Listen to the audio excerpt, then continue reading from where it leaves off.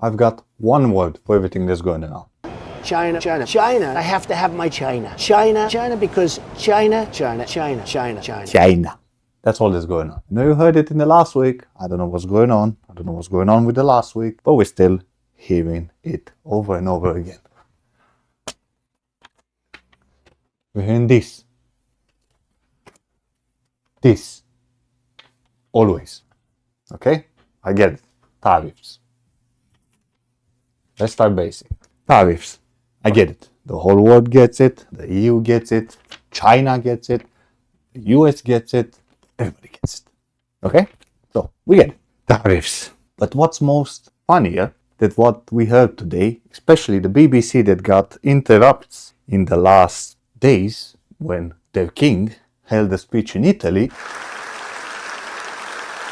Sono enormemente onorato di essere stato invitato qui oggi. What do you think they did? They paused the king's speech and interrupted the live television just so they can go and do straight into some New York Stock Exchange plan that was going on, or some company that went live on Nasdaq or whatever. And yes, they interrupted the king's speech. Now you tell me if that's related to their people, or how is that related to the UK?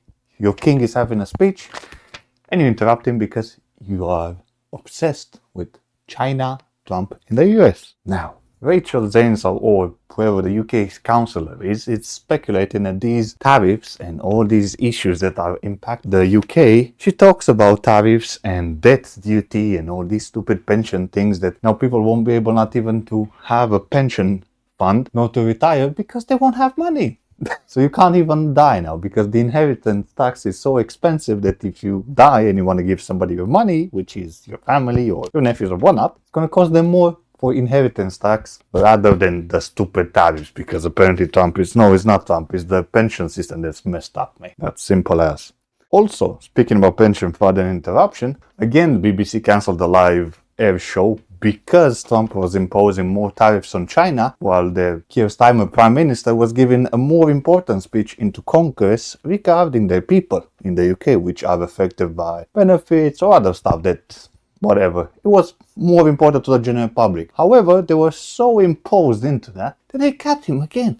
Your own person, your own Prime Minister, you cut him because you can't fathom to stay without China and Trump and tariffs. No. What audience do you have? What's your target audience? Tell me, what's your fucking target audience? That you jump from here to there, from here to there, to there, to there, to there, to pull out. Fuck is that, bro?